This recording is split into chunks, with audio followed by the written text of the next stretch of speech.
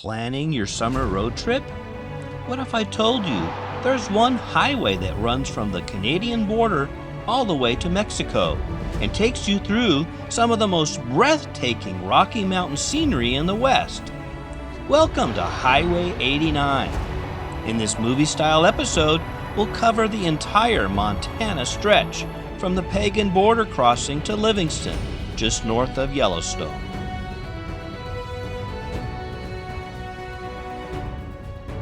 You'll get an up-close look at Glacier National Park, discover hidden gems, and roll through charming small towns full of Western history. If a Big Sky road trip is on your bucket list, this is your ultimate Montana travel guide.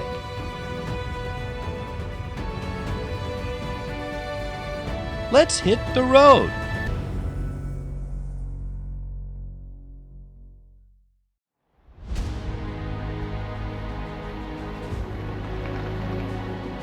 We have arrived at the border of the United States and Canada in northern Montana. The BAP border entry station is located at the Pagan port of entry where Highway 89 begins. Our Highway 89 adventure will start here. From the Canadian border, Highway 89 runs south through the heart of the Rocky Mountains all the way to the Mexico border in Nogales, Arizona. As we leave the Pagan port of entry, our first point of interest is only a half a mile away. In the early 17th century, the Blackfeet tribe settled into the region now known as present-day Montana. Their territory once stretched from southern Canada all the way to Yellowstone National Park.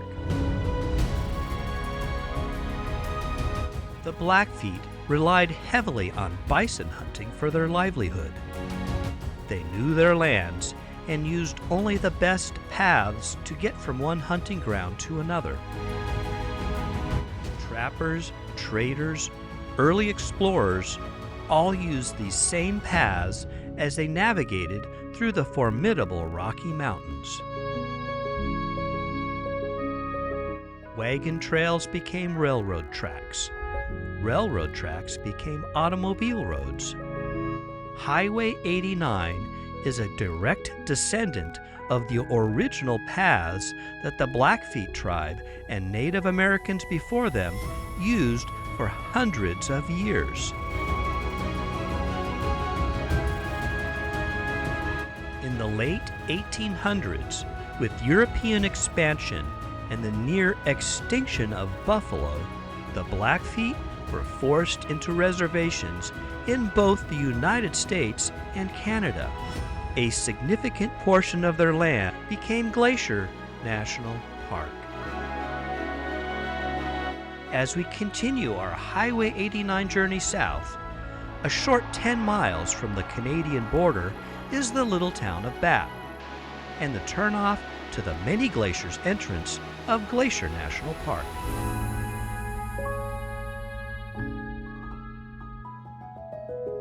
We're here at Many Glacier Park entry for Glacier National Park. Many Glacier Park entrance is the most northeastern entrance into the park. We'll be exploring this stunning park over the next couple of days. This is just the first entrance we'll visit here at Glacier. We are entering Many Glaciers.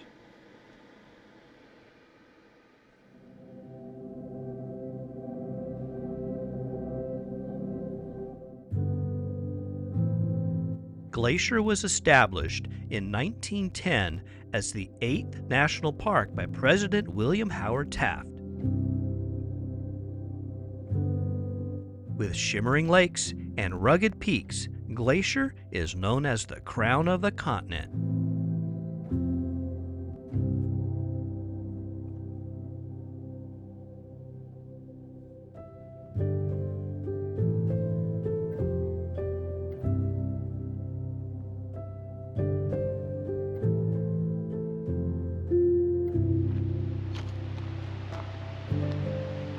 Throughout our journey south, we'll highlight things that have changed over the last 100 years since Highway 89 was initially built.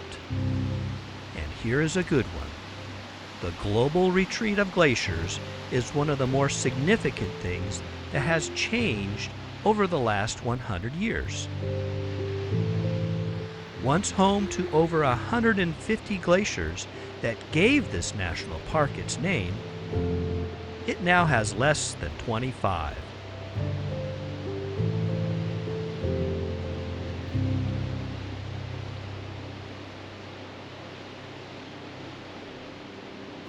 Revered as the most beautiful area of Glacier National Park, Many Glacier is as close to the park's backcountry as you can get in a car.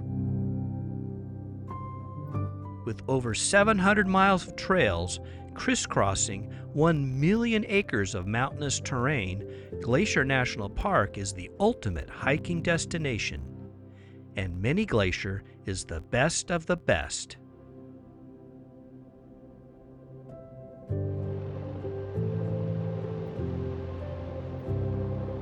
Our Highway 89 journey will not be without a few hikes, but today we'll concentrate on activities reachable by car. One of the best stops in this valley is the majestic Many Glaciers Hotel. Many Glacier Hotel is a fantastic example of the Great Northern Railroad era of spectacular lodge destinations. Built in 1915, its view of Swift Current Lake and the mountains beyond are postcard worthy.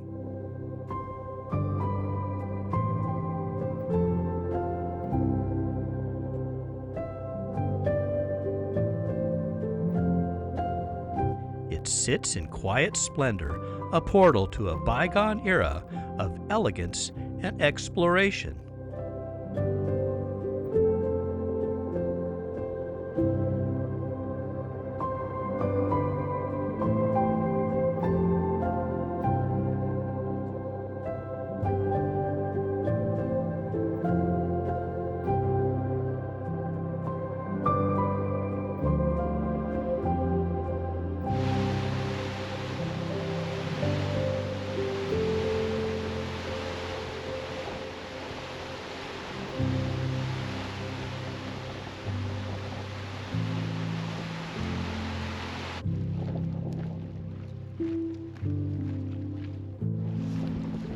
This place is pretty amazing.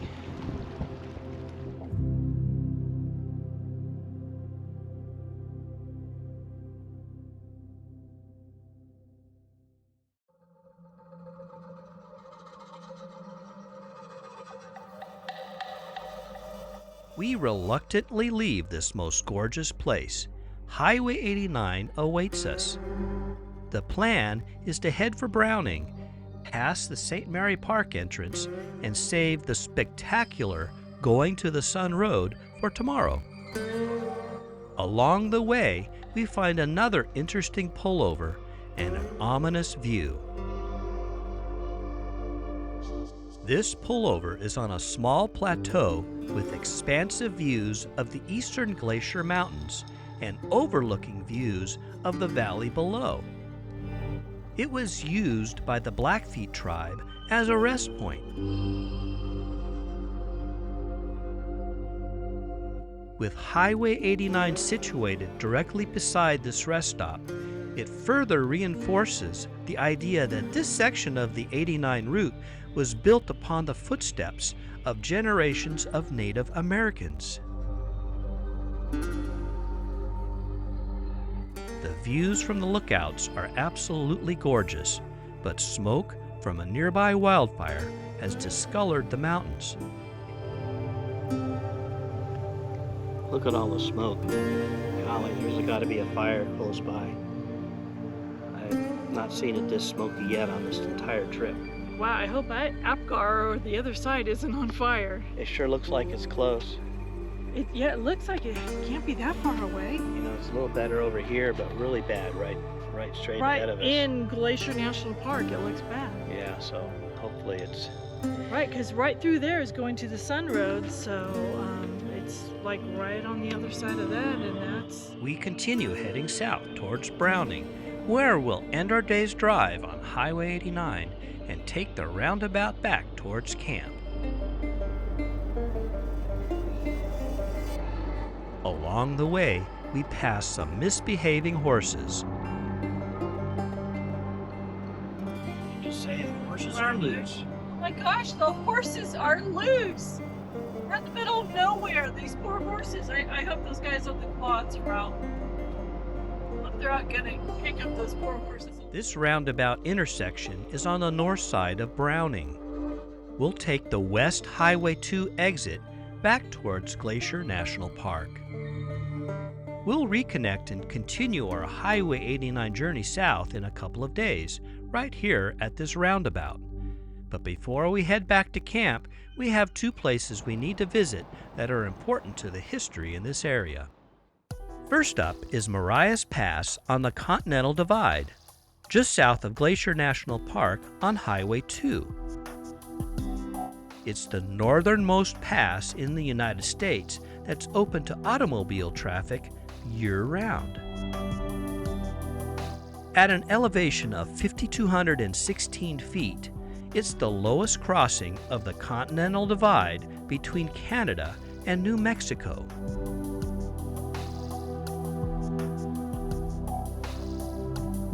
We pull into a historical marker parking lot where the obelisk centerpiece stands tall and proud. It was built in 1931 to commemorate the completion of the Great Northern Railway's Continental Line. This railroad was a major influence in the creation of Glacier National Park. At the time, they felt it was important to keep pace with Canadian Pacific's Grand Lodges in Canada and Union Pacific's properties in Yellowstone and the Grand Canyon. The Great Northern Railroad lobbied heavily for the creation of Glacier and the rights to build lodges in and around the national park. Our next stop is the Glacier Park Lodge, a destination where these railroad tracks brought trainloads of visitors to their glacier vacations for decades. Glacier Park Lodge is located at the eastern gateway of Glacier National Park in the small town of East Glacier, Montana. This rustic, western-themed lodge was built within walking distance of the main line of the Great Northern Railroad. The railroad started construction in 1912 and was the first lodge built here in Glacier.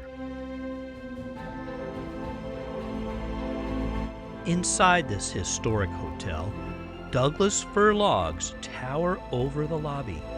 A warm fire crackles in the giant stone fireplace.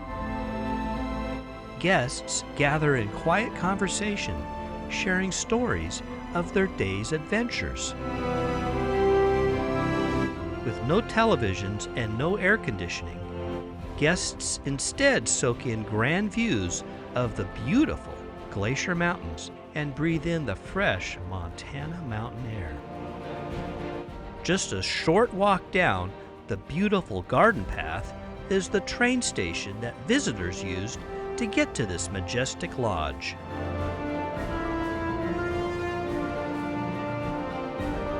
Although it's currently under renovation, Amtrak still has a scheduled stop here.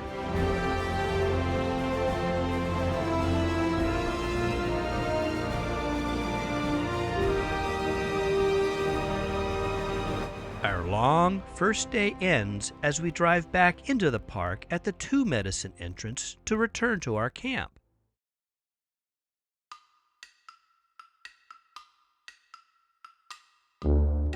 At this time of day, wildlife is abundant. If you can count free-roaming cows as wildlife.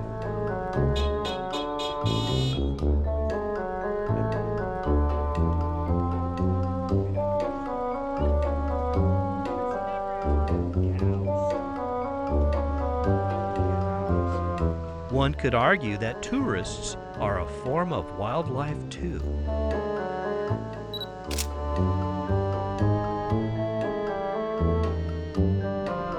Back in the campground, we came across a family of mountain goats.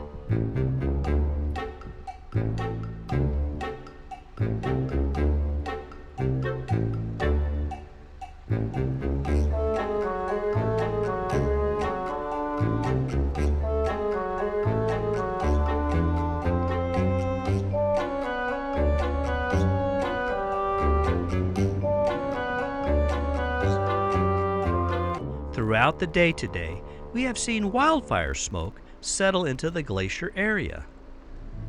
As the sun set, it became obvious a wildfire was near. Kind of an ominous sky tonight. The sun is set.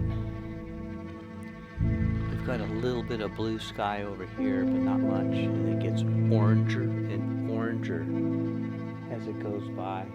Over here, all those fires and all the smoke. I can smell it, I can taste it. It's crazy. Orange. It's just an orange, sick sunset tonight.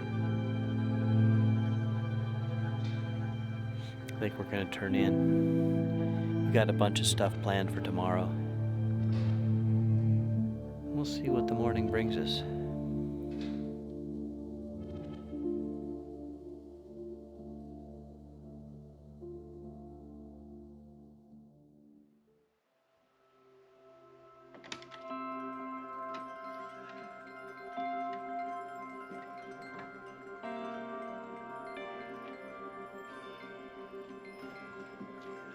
Day 2 of our Highway 89 adventure dawned calm and quiet, with high clouds floating peacefully by.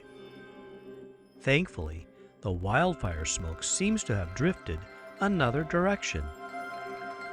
First up is a quick breakfast burrito.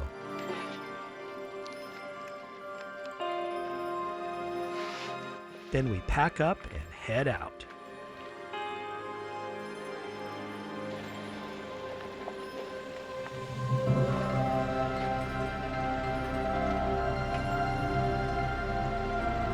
It looks like it'll be a great day to explore the Going to the Sun Road.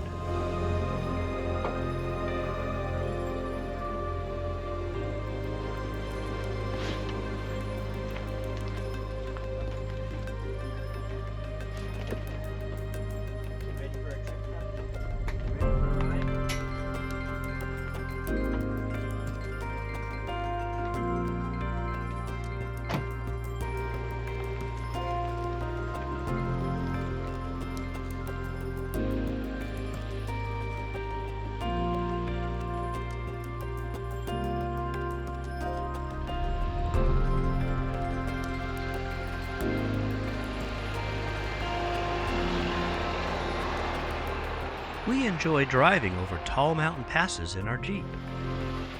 There's a whole bunch of them in Colorado.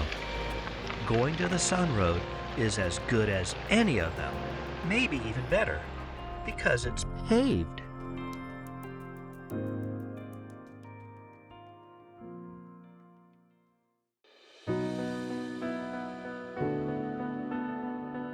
Its western terminus is located at US Route 2 in West Glacier, while the eastern terminus is at US Highway 89 here at St. Mary.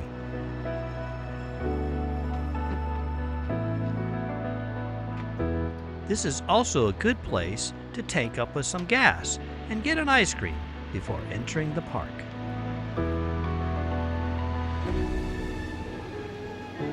Hi there, thank you. Can I come back and guide? No, we got it. Thank you.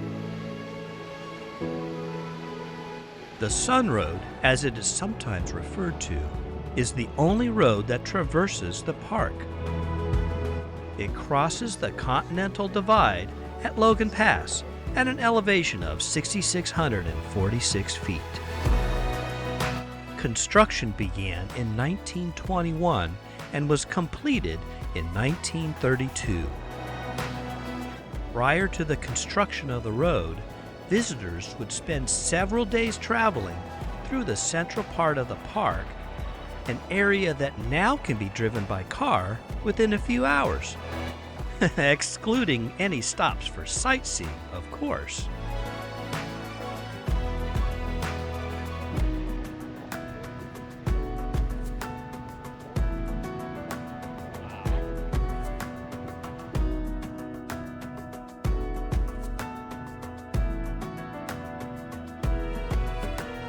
It's approximately 50 miles long and named after the Going to the Sun mountain, which dominates the view at Logan Pass.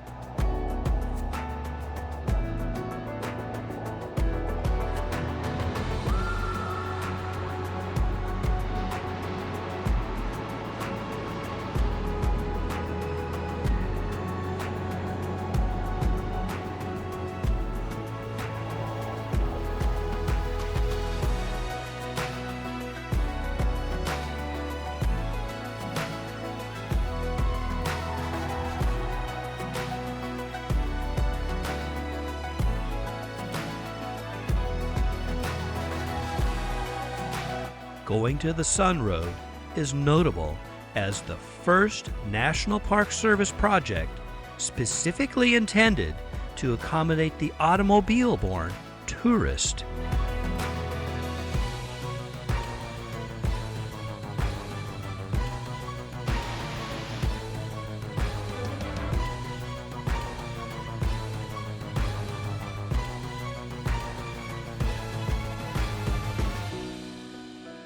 Woo!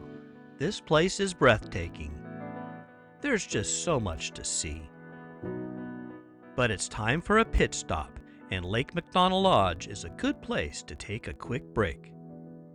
The Lewis Glacier Hotel was constructed by John Lewis, a land speculator from Columbia Falls, Montana. It was completed in 1914 on the same foundations of the original Snyder Hotel, and now is the general store. In 1930, the Great Northern Railway acquired the hotel, and later, in 1957, changed its name to Lake McDonald Lodge. Next, we hit the dirt again to see two spectacular examples of alpine lakes on the west side of Glacier. Holbridge Mercantile has been serving this North Fork River community in remote northwestern Montana for over 100 years. Known as the North Fork's last best outpost, it serves as a general store, a bakery, a base camp, and a vacation getaway. The northwestern entrance station to Glacier is located here. Plan ahead, as even way up here, you will need a car pass during peak summer hours.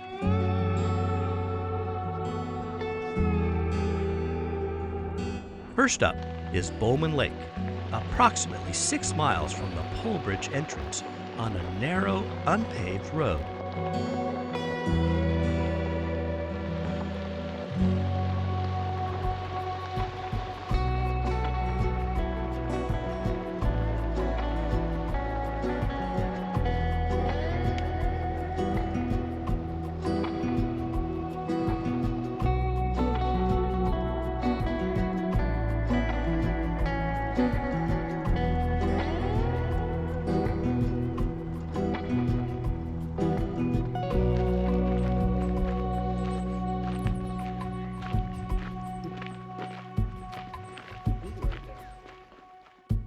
There's a deer right there.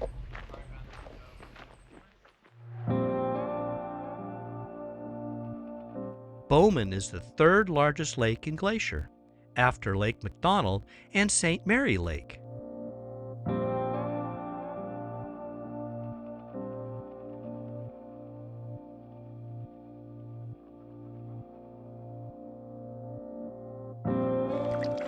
There's a small lakeside campground and a picnic area that's a great place to enjoy lunch.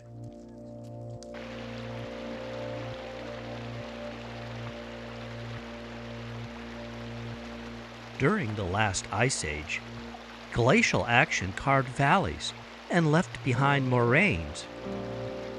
After the glaciers retreated, the meltwater filled the lowest depressions, creating all these beautiful lakes we see here in Glacier.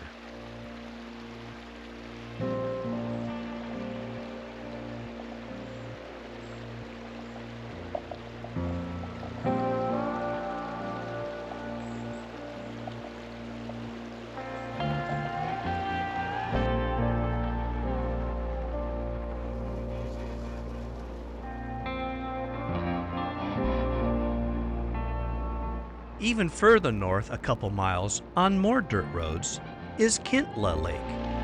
It's very remote, with a small, undeveloped campground at the west end of the 8-mile-long lake.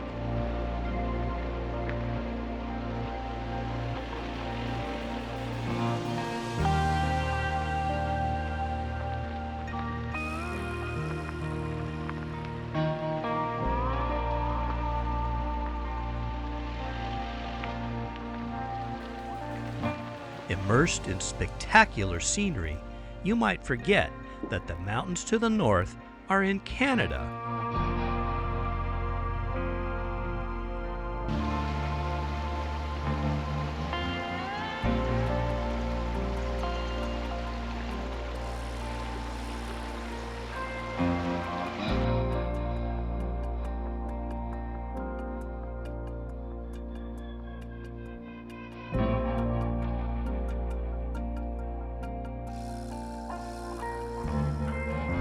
We finished the day with a quiet, introspective drive back to camp.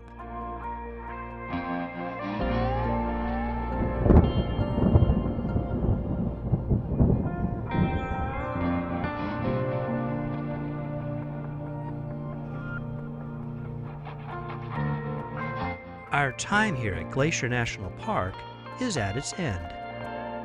We hope you enjoyed our exploration of the crown of the continent.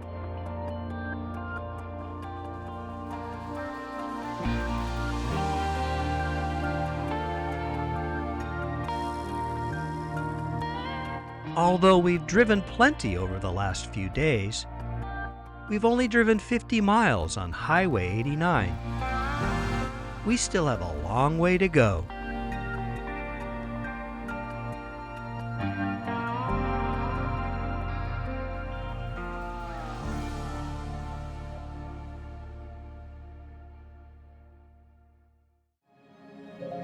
It's the morning of the third day of our Highway 89 journey.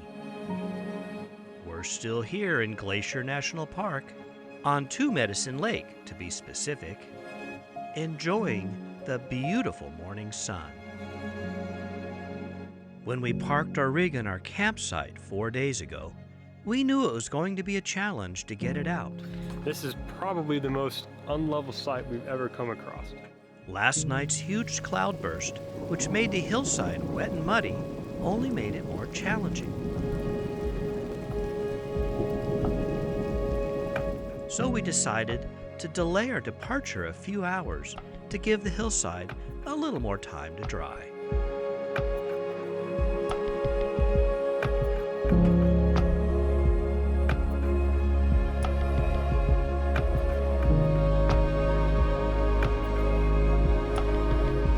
Today's travel will bring us to that roundabout on the north side of Browning. That's where we'll rejoin Highway 89. Then we'll head south to sites unknown. We've never driven on this route, so it'll be fun to see what it has to offer.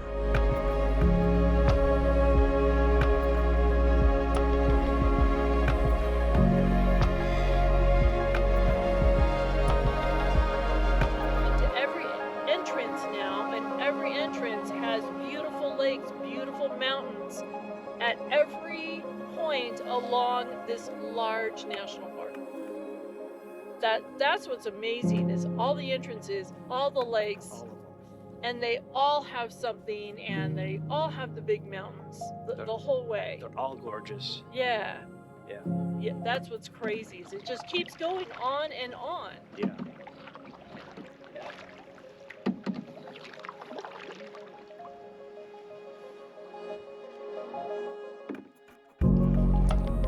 Scenery here is drop dead gorgeous. Very much.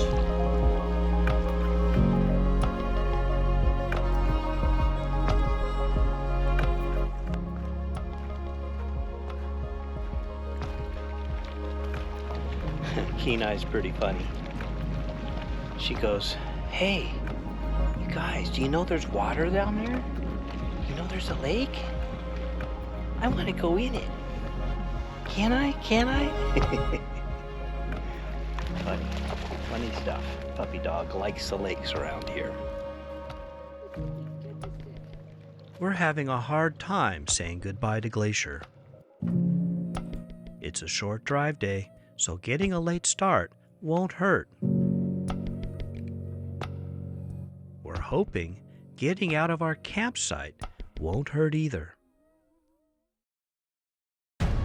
It's time to leave. And this parking spot is so bad. We're gonna see how this goes. Maybe it won't be so bad. Here we go. We're gonna try to extract this thing. First of all, come off blocks. There's the first one. There's the second one. Yep, you are clear. You're clear of blocks.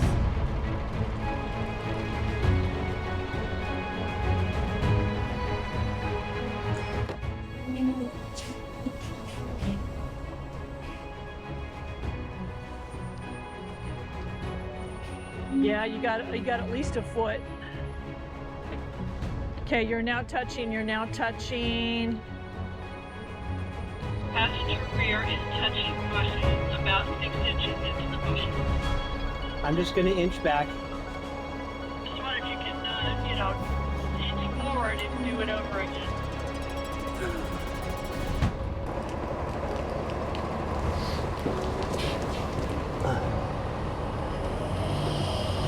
Yeah, like that. Now try it again, and we'll keep going back and forth a little bit. You're over the pine tree.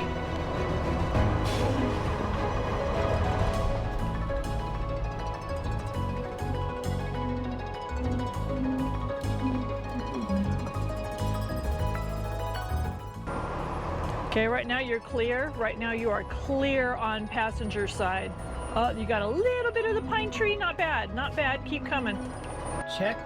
Hello, check my passenger front. There's a stump there somewhere. Okay, well, let me come around. You are right on a very pointy rock. Otherwise, this side looks really good. Angle it slightly, your front wheels do a little turn. I can go forward just a little bit. Let me go forward and reset. Correct, I think you need to go forward slightly.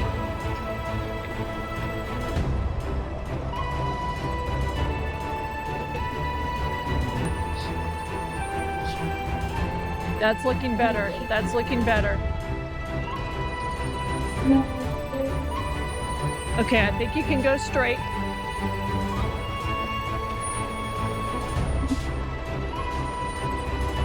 Okay, I think you're about there.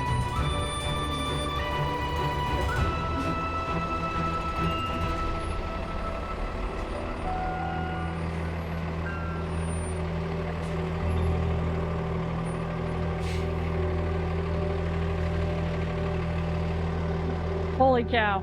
Okay. Woohoo, we made it out. Wow, okay, okay, okay. There you go, Site 48. Yep, Site 48. Okay, you doing one more check? Yep.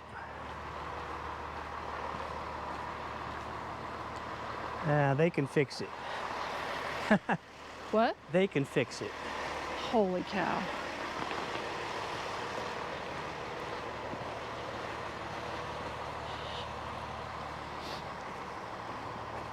During the process of extracting our RV from this campsite here in Two Medicine Campground, No national park trees were injured. Alrighty.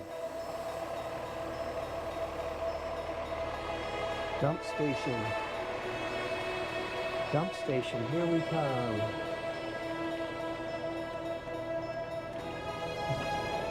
Let's try not to do that ever again. But some serious elbow grease will be needed on the pinstripes the tree branches left on our rig. Maybe. It needs some TLC. Yeah. Let's talk a little bit about the state of national park campgrounds. 100 years ago, when Highway 89 was proposed, all the new national parks like Glacier wanted to attract tourists in their newfangled automobiles. So roads like Going to the Sun were funded. Then the parks wanted to make room for car camping, which these new tourists were doing with their cars to enjoy the great outdoors. They never dreamt that 100 years later, they'd need RV parks. From this angle, it looked like almost 2 feet. Camping has changed to RVing, and RVs got bigger. Heck, trucks and vans were created long after these campgrounds were built.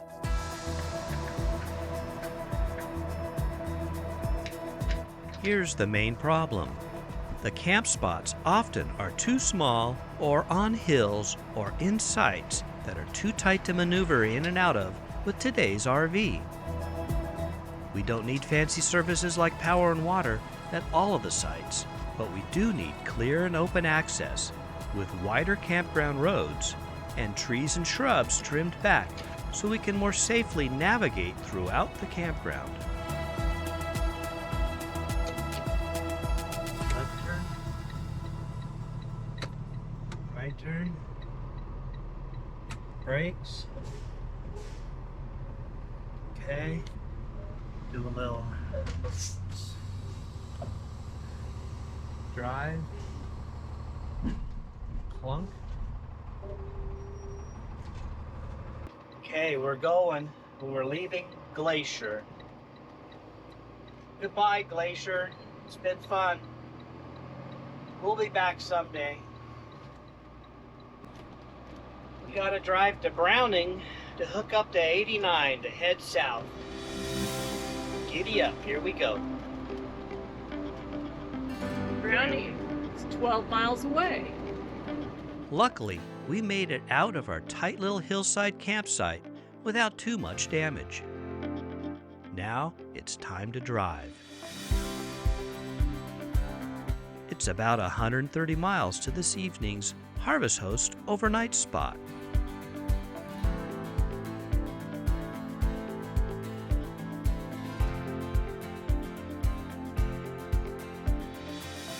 As we leave the glacier area, you might be surprised at the abrupt transition of mountains to prairie.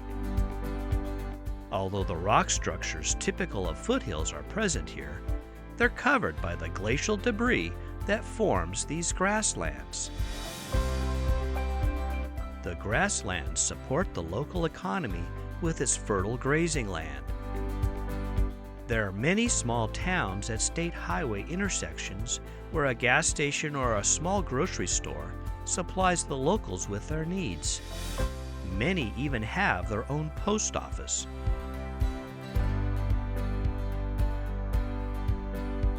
Another thing about the little towns along the way, they pop up quickly, then they disappear just as fast.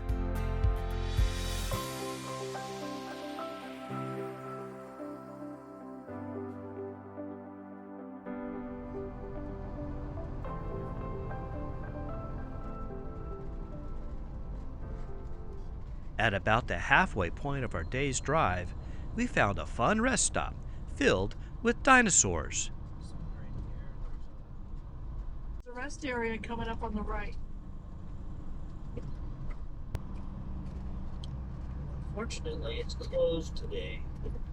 Looks like there's some nice grass.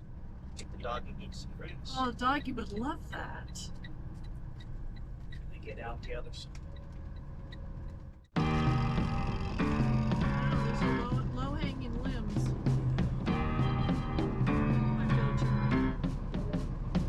This town was named after Pierre Chouteau, who was a French fur merchant, a trader, an explorer, and apparently an all-around good guy.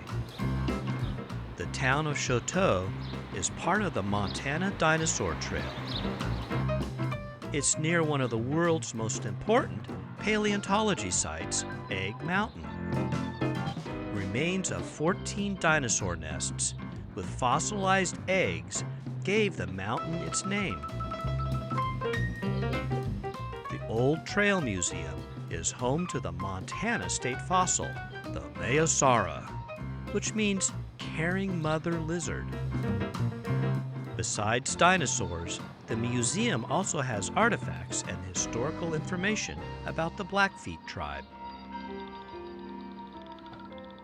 Unfortunately, the museum and the other touristy businesses there are closed on Tuesdays and Wednesdays. But definitely put it on your stop list, especially if you have the kiddos with you. What do you think, doggy? Right in the shady spot. And it's dog approved. Doggy. Hey, roll over. Roll over.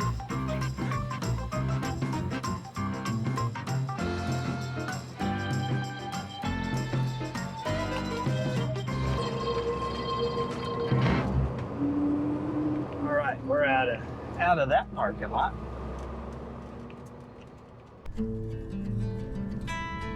Rexall Drugs.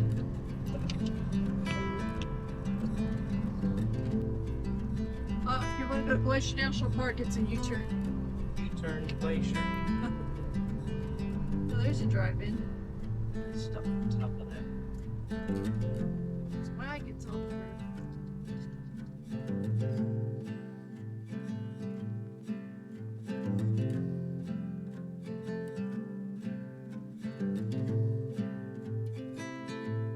As we near the end of our day's drive and begin to leave the vast ocean of grass, we start to see signs of a population center ahead.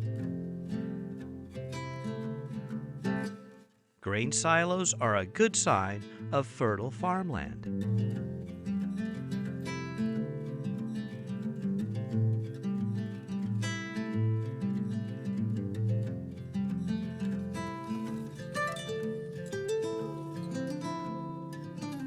The closer we get to bigger towns, the larger the silos get. Great Falls is on the horizon, and the silos are definitely growing in size. In the planning of our journey on Highway 89, we sometimes struggled finding adequate camping options around larger cities. There was no RV parks inside of Great Falls, at least that had an option for one night when we planned this trip 6 months ago. We were lucky to reserve a spot in the town of Vaughan, a suburb of Great Falls, using our Harvest Host membership. British building. Right, 710, 610. On arrival, please park in the back lot area. You can park on the gravel lot or along the ditch in the very back.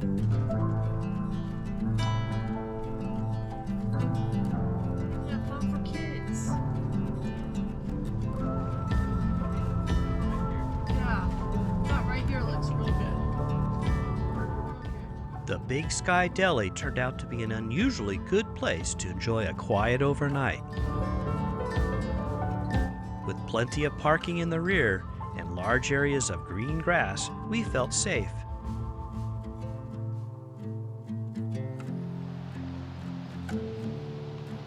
We could stretch our legs and relax after our busy day. And it was definitely doggy approved.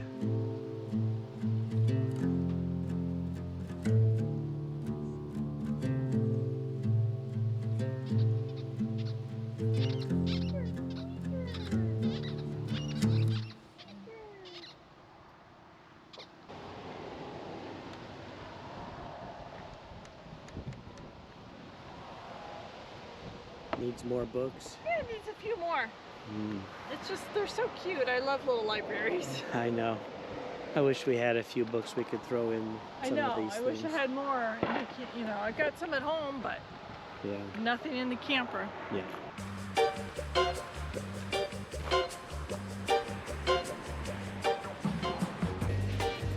Red and blue chips. Big pizzas. Supreme. Chicken bacon ranch. Meat lovers. Yeah. That looks like a good camping bowl. Yeah. We got popcorn. We got popcorn oil to keep it oil. Different colors of kernels. I wonder if that makes different color of popcorn. Popcorn oil. $6.59.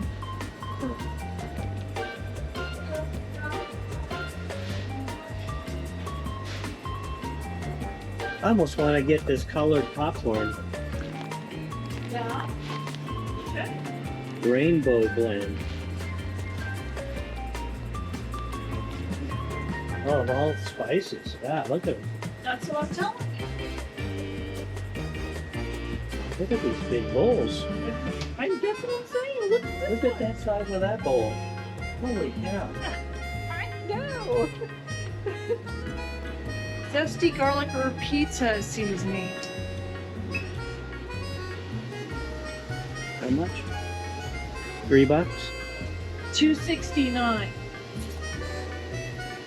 Yeah, put it in. Yep. Look at tomato bits. Wow. Alpine Touch. Montana. This is hickory smoke flavor at the very top. All purpose. Prairie Fire. Very fine. Corn chowder, classic chicken noodle, creamy potato. Oh, is that a full mix of powder and everything? Yeah, there's powder at the bottom. For $12.50. We need to try that. Just want to maybe get a bow tie? No, I think you're gonna want this over here. That's what you want. That's over. It is. I am so looking forward to breakfast. Me too. The cinnamon rolls, the sticky buns, the muffins. It all looks so good. Yeah, I want biscuits and gravy, baby. Yeah. Biscuits and gravy.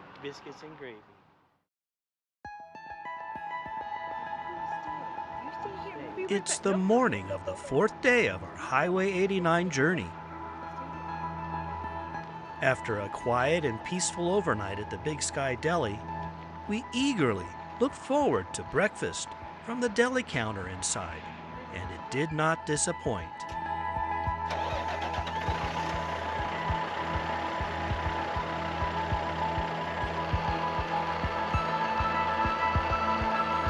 Today's drive is once again about 100 miles. We'll eventually end up at the little town of White Sulphur Springs tonight. But the great state of Montana has a lot to see and do.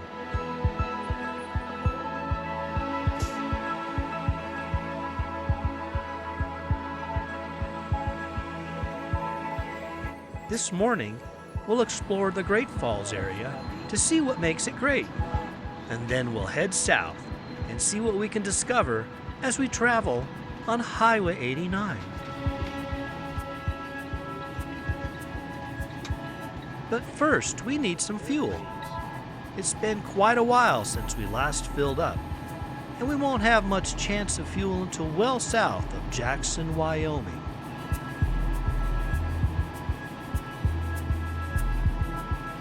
We found a Love's truck stop on the north side of Great Falls. There was plenty of open parking spots. After tanking up on diesel, we unhooked the Jeep and parked the rig.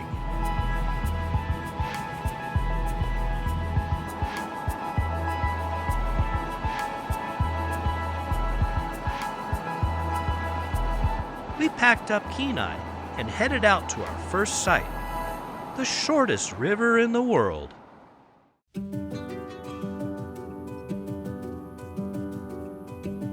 The Roe River runs from Giant Springs to the Missouri River and was the shortest river in the world, once recognized by the Guinness Book of World Records. You're about to see the shortest river in the country right down here.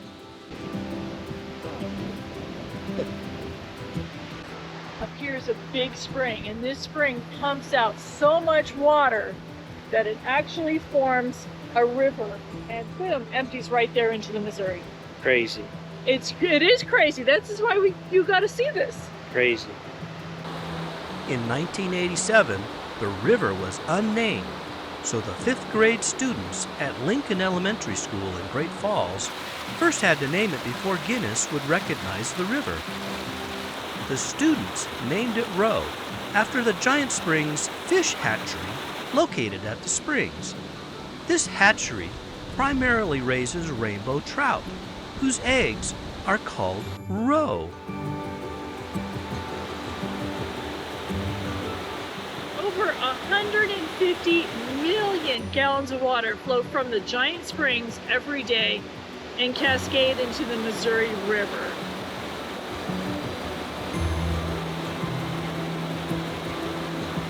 Once named, Guinness approved the 201-foot-long river as the shortest in the world.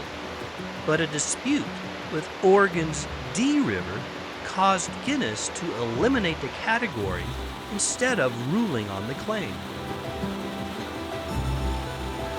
So while it's one of the shortest rivers in the world, it's no longer a Guinness World Record.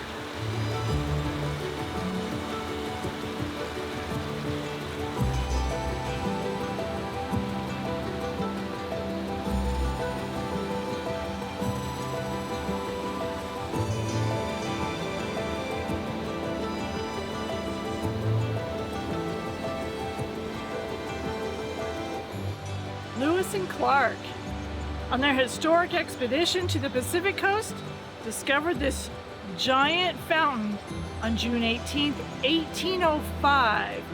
In honor of the courage, fidelity, and patriotism of the explorers, this tablet is here and placed in dedication by the Black Eagle chapter of the Daughters of the American Revolution of Great Falls, Montana, May 30th, 1928.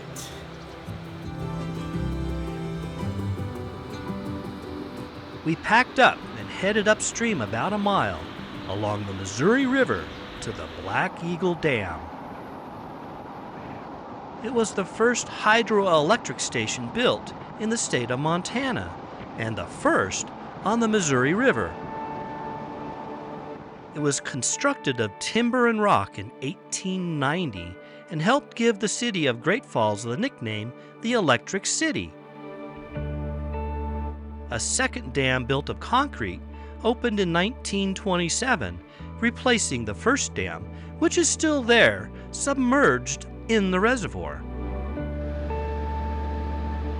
A couple more miles downstream is Rainbow Falls, which originally was called Handsome Falls by Lewis and Clark when they first arrived in 1805.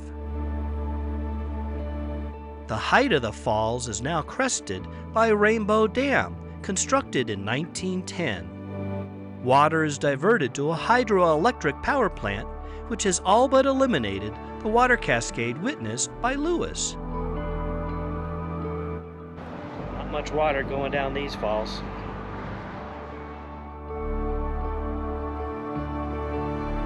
We had a little time left, so we returned to town and crossed the 15th Street Bridge to get to the north side of the Missouri River, and drove about 10 miles to Ryan Island State Park.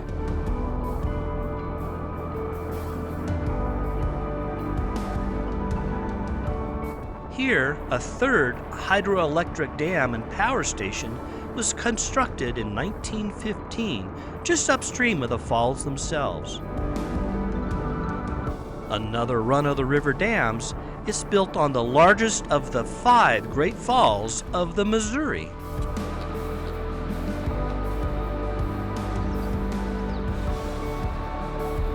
Access to the park is by a small footbridge, where fantastic views of the dam and the falls themselves can be seen from the island.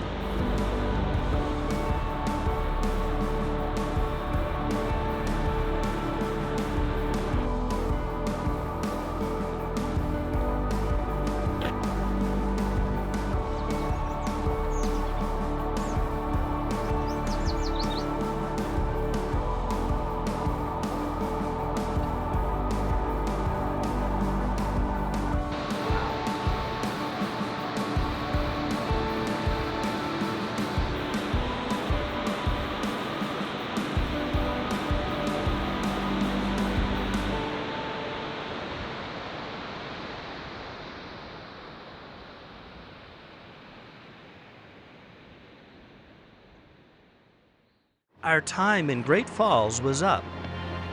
We definitely could see why Great Falls is great.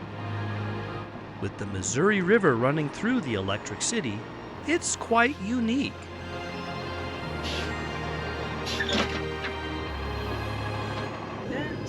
Bridge lock, door lock. Bridge lock, doors locked. Okay. There's still about 100 miles to drive on Highway 89 this afternoon. We have a known mountain pass to go over as we travel to our final destination, White Sulphur Springs. With a full tank of diesel, we hooked up and headed out, eagerly anticipating the unknown ahead of us.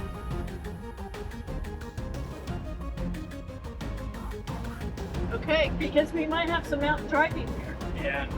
Yeah. Get to the other side. So yeah, we got to go up and over something, I believe.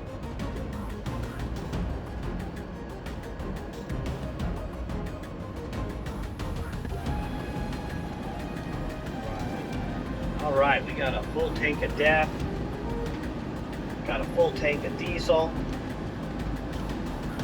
Everything's zeroed. We got 2 miles, so we're good. The odometer.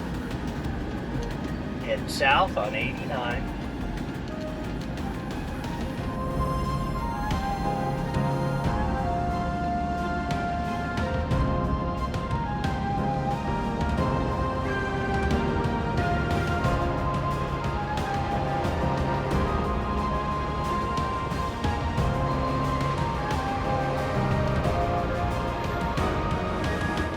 Looks like we gotta go down in the valley and then go back up.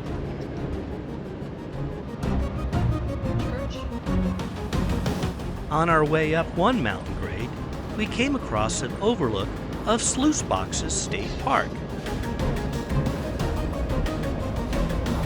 Created in 1974, it includes the remains of the abandoned towns of Riceville and Albright that once supported the mining of limestone in the canyon.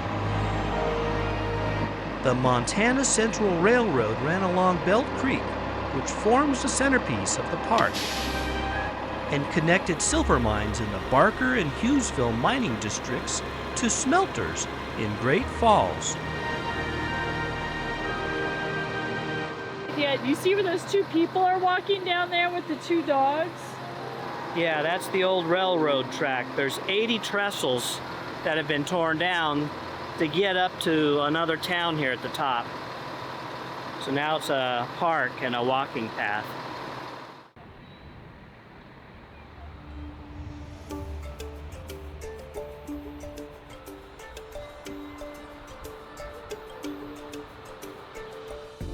As we drove along this central Montana corridor between Glacier and Yellowstone National Parks, we were astonished at the beauty that was all around us.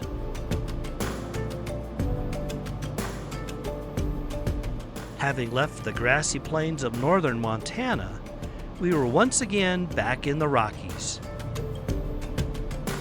This corridor is called the Kings Hill Scenic Byway, a 71-mile portion of Highway 89.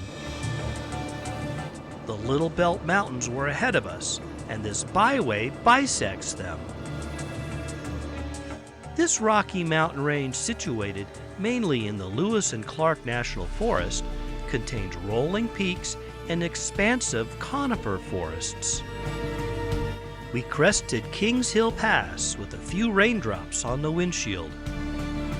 This pass was the second lowest of the 6 mountain passes along the entire Highway 89 route. Although it was not part of the Continental Divide, it did require us to gear down on both sides to manage our speed.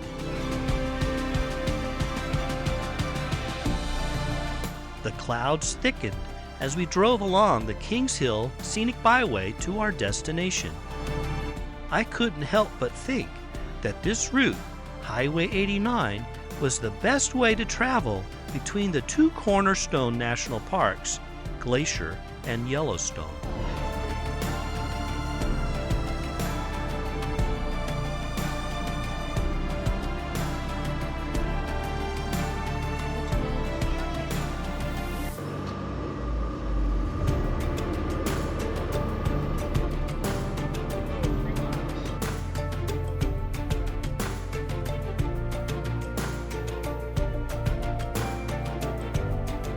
White Sulphur Springs is a small town full of Western flavor, and is the anchor community for the byway. Our plan to stop here for the night was to mimic the travel routine of tourists 100 years ago. Their cars traveled much slower than cars do today. The 100 miles between Great Falls and White Sulphur Springs was the perfect stopping point. As we'll see in a minute, the railroad thought so too. But will we be able to find this little RV park? With rain imminent, we followed our RV Garmin to almost disaster. Well, maybe not that bad, but the town's back roads that Garmin led us on were terrible.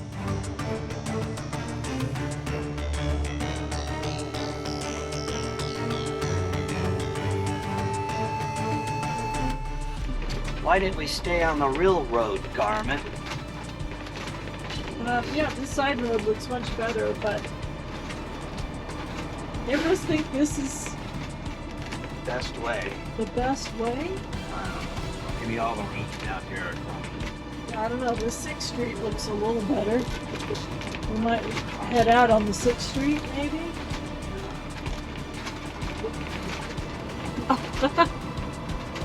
Yeah, drinking in the grove. Oh, yeah. Ah, we made it. But the clouds above us burst as we drove into our camp spot. We had to wait out the downpour before we could set up for the night.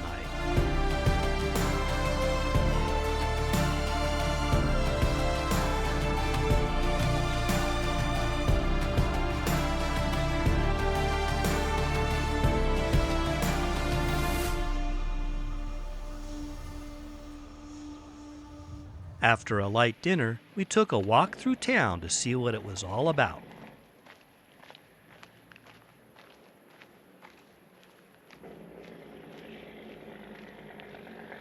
Looks in pretty good shape. Must still be in use.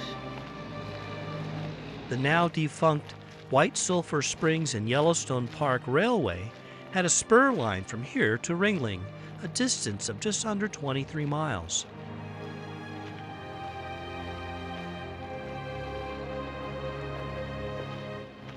It's part of Route 89. Well, they had to get the trains to Yellowstone, but they also had to have a road to Yellowstone. Yep. Constructed in 1910, the railroad provided a link to the National Railway Network via a connection with the Milwaukee Road. They're pretty tattered. Been here a while. But this is how everybody got to Yellowstone before cars. The railroad was finally abandoned in 1980. A heavyweight coach and a sleeper car sit in front of the station, now marooned far from the nearest rail system.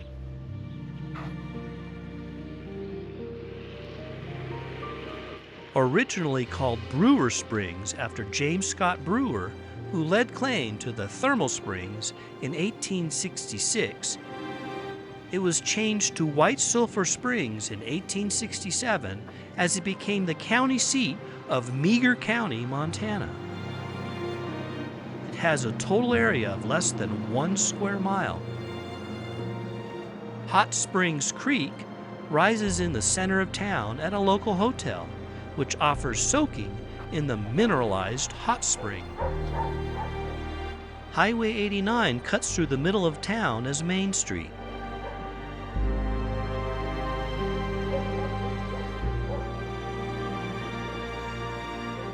You miss the crazy mountains? I 'Cause guess. That would be crazy. That would be crazy. Yeah. Castle Mountains, Castle Town. Maybe no longer the best rest stop for today's tourists along the route between Glacier and Yellowstone, it's still a quiet and peaceful place and a good stop for the night. So we kind of need a visitor center. What do they have in those boxes there?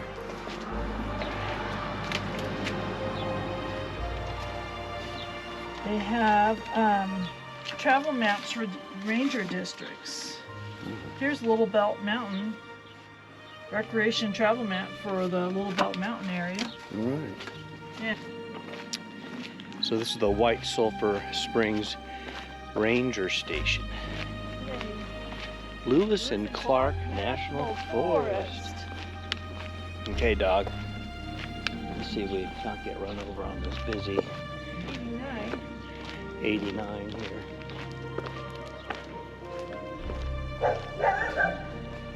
Oh, puppies. It's getting dark. It is getting dark. This probably won't come out well, huh? May not, but sun's setting. Conestoga. White Sulphur Springs. There you go. Okay. Irrigation ditch.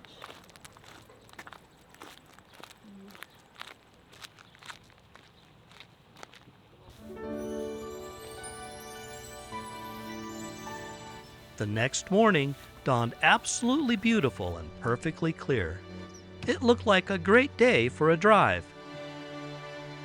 Since we didn't unhook last night, it was a quick pack up before we hit the road again.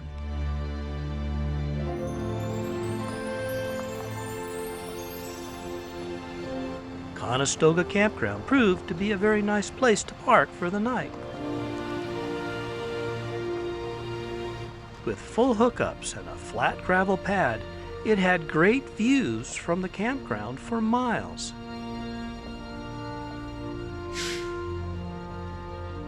We had a great night's sleep and would definitely stay here again if ever back in the area.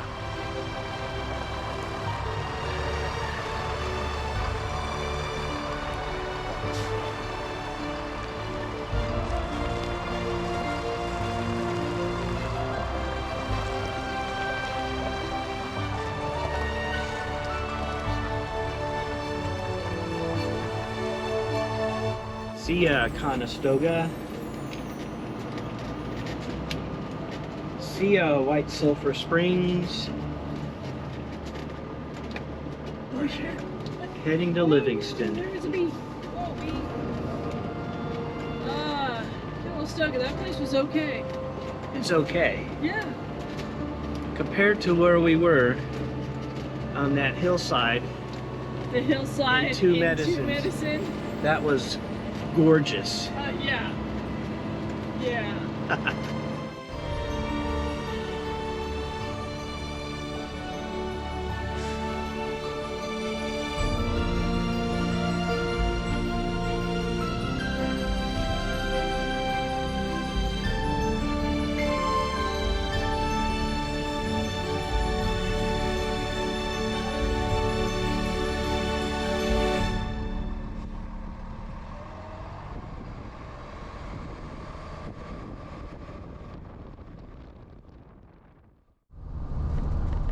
Looks really far away. Crazy mountains ahead.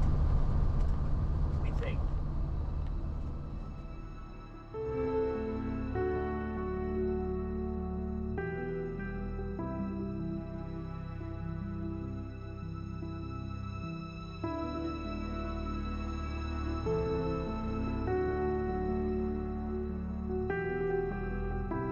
With the crazy mountains in the distance, the first town we drove through was Wilsall.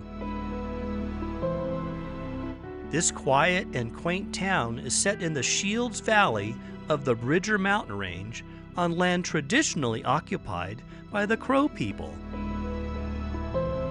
The nearby Shields River is one of Montana's prime trout streams, and the crazy mountains offer up crazy amounts of outdoor recreation. Every June, Wilsall saddles up for the annual Wilsall Rodeo. It's a 2-day small-town rodeo that draws thousands for Northern Rodeo Association's sanctioned events. There's a lot of fun things to do, like a fireman's breakfast and a parade.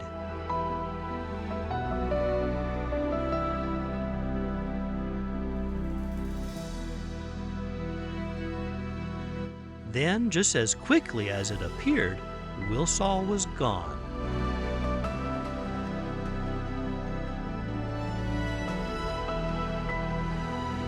Back in the grasslands again, we drove into the little town of Clyde Park.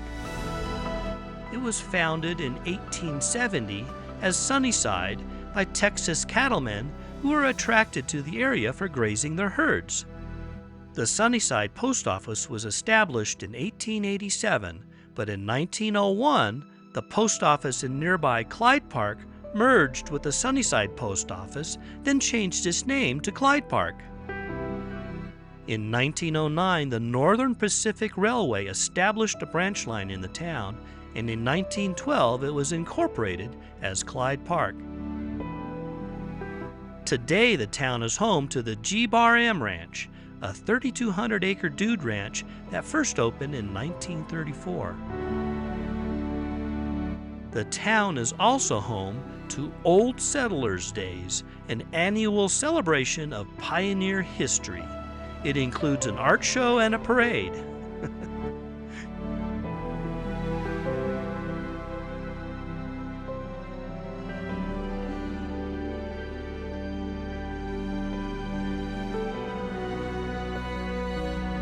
The Northern Pacific abandoned the railway in the 1980s as tourists no longer rode the train to take them to their destinations, and freight traffic now used roads and semis. The eroded rail beds, empty trestle abutments, and rusty rails still exist beside the Highway 89 pavement. It's been a natural evolution to go from Native American trade routes to horse-drawn wagon paths to trains' rights of way to smoothly paved automobile roads.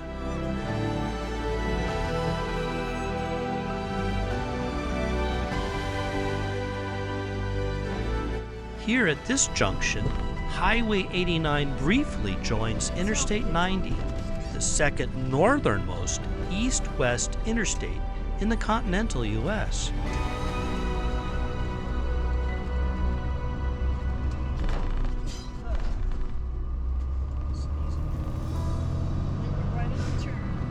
We'll take this for a few miles before exiting where Highway 89 once again heads south towards Yellowstone.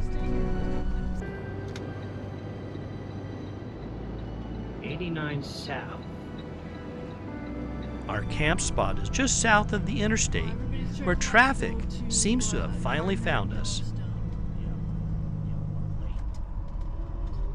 We quickly park the RV and unhook the Jeep to go exploring.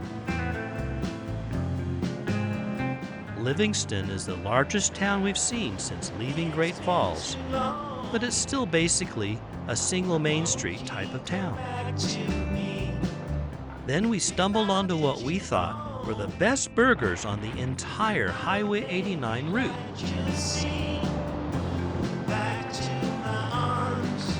Directly on 89 Business, Mark's In-N-Out Beef Burgers was a cool old-time local burger joint. What are you thinking? Beef burger? Just give me a regular single beef burger, ketchup only. I want fries and a large Coke. Can I have a large Coke? Yeah. Only if I can have a bite of your milkshake. Yeah. Okay? Mm-hmm. It's only open seasonally, and many days it's only open for dinner. Like a lot of businesses around the country, they can't always find enough employees.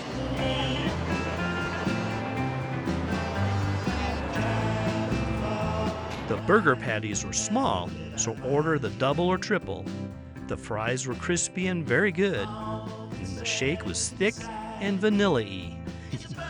And it all tasted like Livingston, Montana. Way cool.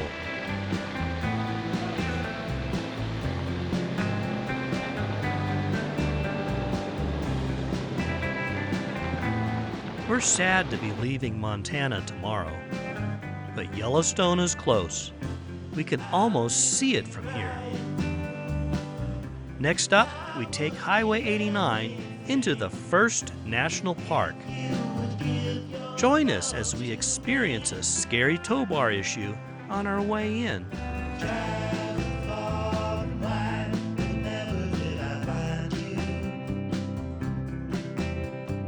It's always an adventure when driving on Highway 89.